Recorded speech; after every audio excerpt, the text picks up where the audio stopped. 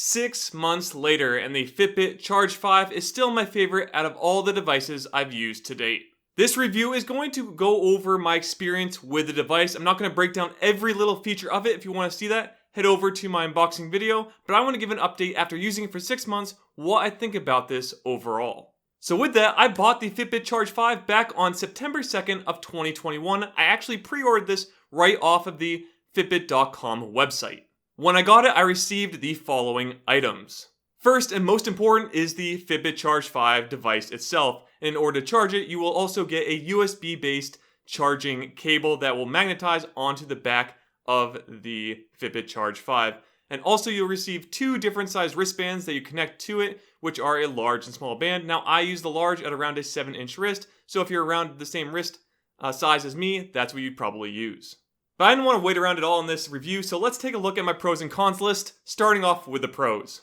First off, I did do another GPS test where I did 2 bike rides back to back, same exact distance, to see what I get. So first off, we'll talk about the distance, as that's probably the most important when it comes to GPS tracking on the Fitbit. The first one, I had my phone on me as well, as it will actually use the phone to pick up your GPS with the device. That way you can save on battery. But then the second one, I actually put my phone in my garage, went biking and came back, and I got the exact same results at 2.76 miles total.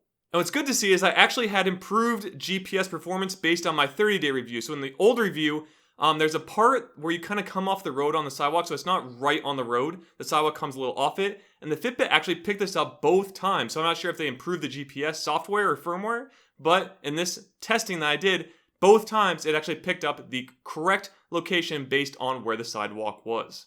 Some of the GPS in my limited test here did pass. So again, I don't use it all that much. I really only cared about the GPS back in the day with the old devices doing things like the Spartan Race, where I could get one and it didn't require my phone to run around with.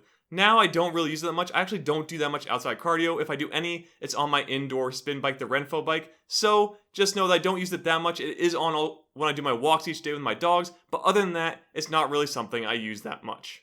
Next, we have our step testing. So each day I do wake up with around a 50 to 100 steps taken right off the bat. So again, for me, this margin of error is actually pretty good. I don't care that's like 50 to 100. It's not going to change my results that much if I've waken up with 50 to 100 extra steps.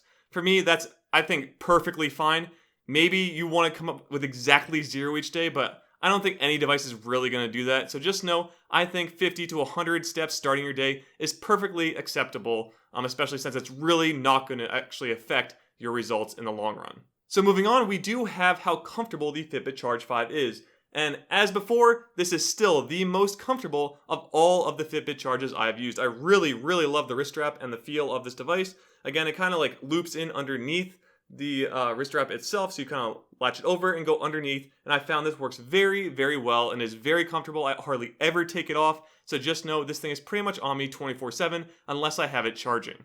My next pro is that the color display on this thing is absolutely amazing. On the Fitbit Charge 4, when I used it, sometimes in the light, when I turned it towards me, I actually couldn't see it because of the glare. This one, while it still has glare on it, and it is one of the cons, I can still see all of the numbers perfectly fine. So that does not stop me from using this. No matter what the glare issue is, or time of day, whatever it might be, I can always see what time it is, or whatever data I'm looking at is on the device itself. And now for a controversial one, because I've seen many people comment on my last videos and seen this in the reviews online, and that comes to the battery life. For me, this falls in the range they provide online of 5 to 7 days, depending on if I've used GPS or not, or how active I've been walking my dogs around outside. So if I have not really done anything, I'm just kind of sitting around for the week, I'll last all 7 days every single time.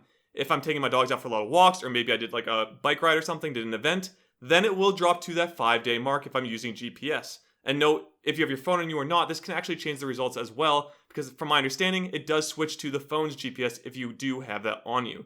So just know that for me, I have had it always last at least 5 days, never less than that in my personal usage. Now, have other people expressed that this is not the case? Yes, and again, I've got many comments saying that to not buy this device because it's only lasting like a day or two before the battery dies. That is not what I've had in my experience, But again, other devices could be showing that, so just be aware that it could be an issue with yours. This is a pre-order device, so I'd be surprised if the new ones did that, but you never know.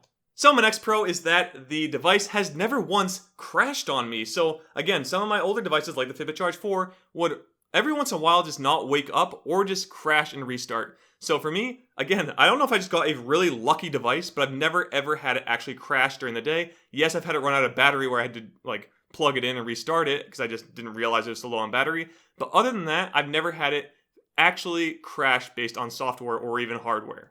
And then lastly, I've used this device both swimming and in the shower. I've never had it break or anything like that. Works perfectly fine. There is a limit, I think, of 50 mAh on the website. So just know there is a limit as to how much this can be in the water. But I've used it just going in lakes and stuff for a long period of time and never had any issues with it. Never really cared. I'm not diving really deep or anything either or taking really long swims. I'll just sit in the water or be in the shower, and that's about it. Alright, and that's it for the pros of the device so far. So now let's take a look at the cons. Again, I am just covering my experience with this after 6 months, not really diving too deep into the software or hardware of it, but really just giving you kind of an update on what I've actually experienced when using it for some time. But that leads me into my first con, which is the price of this. So again, I paid around $180 to buy this. Do I think it's worth that? Not really. I mean, the device is, again, good. It's my favorite of all of them, but I think this is more around the $100 to $120 mark. There are much better, I think, smartwatches out there that could do this and more. So I really don't think $180 was worth it. But again, I do actually have it on all the time. So maybe it actually is worth it because I actually have it on and I'm using it. I don't look at stats all the time, but it is something I'm regularly wearing and then reviewing quite often. So I guess maybe depending on how often you use it like me, it could be the $180 price tag, but I still feel like it falls somewhere more in the 120 to, let's say actually 100 to 120 range. Now the 6-month premium membership I got for buying this device has ended. And do I care?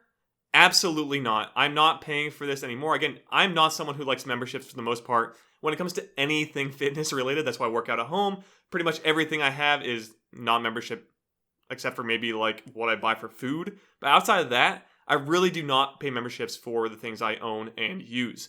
So I don't care that it's ending. The only thing I even looked at was the daily readiness score as part of the premium subscription. I didn't go to any of the classes, anything like that, because I just don't use them. I think they're all a waste of time. So honestly, I wouldn't even care to buy the premium. If there's something in there you really want, sure, go ahead and get it. But I really found no personal use or getting any additional results while having it with the Fitbit. The next con is the glare. So for this one, there is quite a bit of glare on the screen, especially with direct sunlight, or if you have light overhead, there will be glare on the screen. Maybe you could buy something to put over it that could help it. But for me, I just have the Fitbit device itself. But again, it really doesn't matter because the visual or colors that come through with the numbering on the face of the Fitbit Charge 5 itself is excellent. I really don't even care that there's glare there. I can still read and view everything without any issues. So the glare is not enough to really be a hindrance. Therefore, I think it passes pretty easily. But just know there is glare. That's the only reason I put it in the cons list. And now something I've really wanted lately, especially as we're moving into the summer heat of Texas, is that I wish the weather option on the device or the app on there was not removed. I really want this to come back. I haven't seen it yet, but I'm hoping that they bring this back for the Fitbit Charge 5 because I could actually use it and see how hot it really is while I'm walking my dogs around outside. So you're like me, someone in their early 30s who just wants a simple wearable tracker and tells the time, gives you decent stats every once in a while that you want to look at. I think the Fitbit Charge 5 is amazing. Again, it does everything I need it to do and more. But if you're someone who is really stickler about this kind of stuff, you're looking for all these features, you need a ton of stuff like a smartwatch can provide you, I would not go with this. Go with something like an actual smartwatch, maybe the Versa or something like that. This is really just to get simple stats and information with a comfortable device that can go everywhere with you and does GPS track without the phone itself. So again, for me, this fits everything I needed to do and really more. There's ECG and other things like that again, just features I just don't care about because again, they don't really help me with anything additional in my training. I still get great results. Even if I didn't have this, I could still get great results. It's just another thing I can kind of use and review every once in a while to kind of see how I'm doing.